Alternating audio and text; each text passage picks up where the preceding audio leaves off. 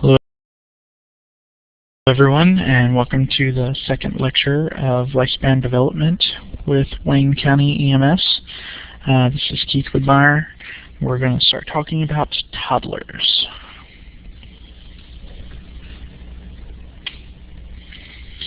A typical toddler looks chubby with relatively short legs and a large head.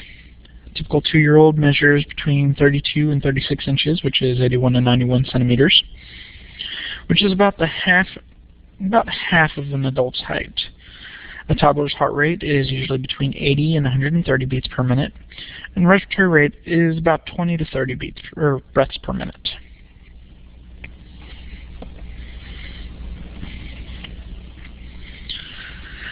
A toddler's body system continues to grow and are relatively mature by the end of the toddler years.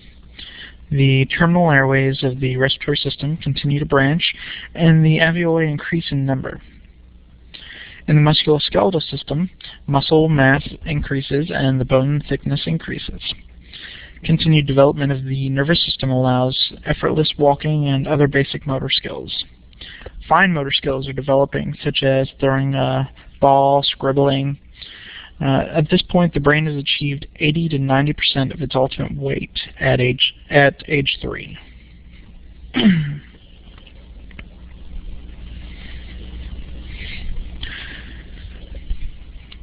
A toddler is always moving, and trust me, I mean always. I've got a bunch of them.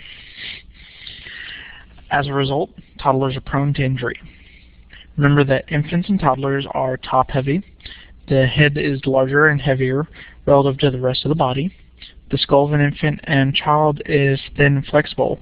When an infant and child suffers trauma to the head, force is more likely to be transferred to the brain instead of the fracturing of the skull. In an infant and young children, the ligaments of the neck are underdeveloped and the muscles of the neck are relatively weak. In addition, young children have less muscle mass and more fat and cartilage than older children. Injuries to the spinal cord and spinal column are uncommon in infants and young children. When they do occur, children younger than 8 years of age tend to sustain injury to the uppermost area of the cervical spine. This is absolutely correct. Children are prone to injury. That's why we try to promote injury prevention programs, but everything they do, from riding trikes, bikes, to just walking around, they are not well coordinated. They tend to fall a lot. They wrestle.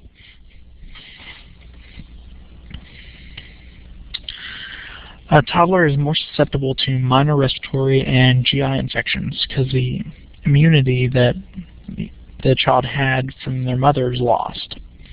At this stage, immunity to common pathogens develops as exposures occur. Many toddlers and preschoolers develop colds and minor infections because of their exposure to pathogens in group settings, such as daycare.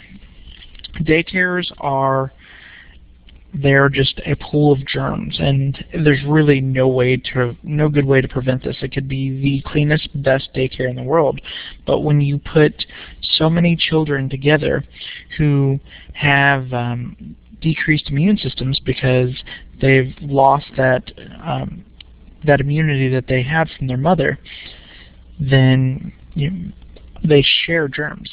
They share just with the air they're breathing. They're not cautious. They cough in each other's faces. They talk very close. So it's just a pool of germs.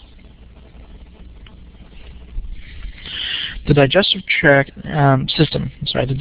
system continues to develop, and the stomach's capacity increases, allowing for the typical schedule of 3 meals per day. An important development in the digestive and urinary system is the voluntary control of elimination. A child is physiologically capable of toilet training by 12 to 15 months and psychologically ready between 18 and 30 months. The average age for completion is about 28 months. And this is a joyous day for parents, let me tell you. At 12 to 18 months, toddler imitates older children and parents, knows major body parts, and knows 4 to 6 words. I'm sorry, that's actually kind of incorrect. Yeah, no, that's about right, 46 words. They may know a little more. By 18 to 24 months, the child begins to understand cause and effect, can identify objects, and talk in short sentences. And by 24 months, he knows about 100 words.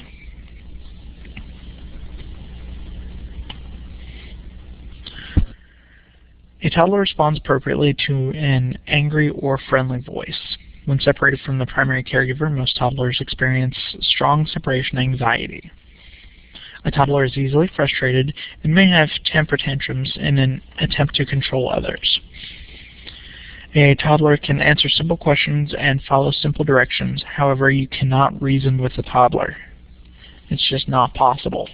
They just end up wearing themselves out until they realize, whatever this is where cause and effect comes into play heavily.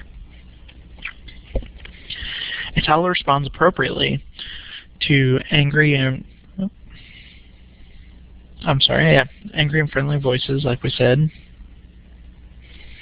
Sorry, wrong thing. I didn't have my slides set up right.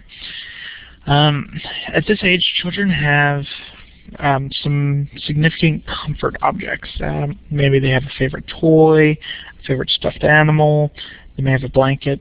For example, my son, my 2-year-old, he carries around anything that has a tag. And he sits there and he rubs the tag, and that helps him go to sleep. A great way for somebody to help control him would be to give him a tag, and that would help him calm down. At this age and this stage, children tend to be afraid of being left alone, monsters, interruptions in their routine, and they are aware of getting hurt and the consequences of that, such as falling or cuts. Toddlers understand soon, bye-bye, all gone, and uh-oh. Toddlers' favorite words are no and mine. Have you ever seen Nemo with the seagulls? Mine? Mine? Mine? Yeah, that's exactly what toddlers sound like. So avoid asking questions that can be answered with yes or no. If you ask questions that begin with may I or can I or would you like to, a toddler will probably say no. If you then do whatever you ask them anyway, you'll immediately lose the toddler's trust and cooperation. I don't know if I agree with that 100%. For example, Reese, my 2-year-old, he will say no. If I say, Reese, go get your cup, he'll tell me no, and then he'll go get his cup. So whether or not they completely understand that, that's a little subjective.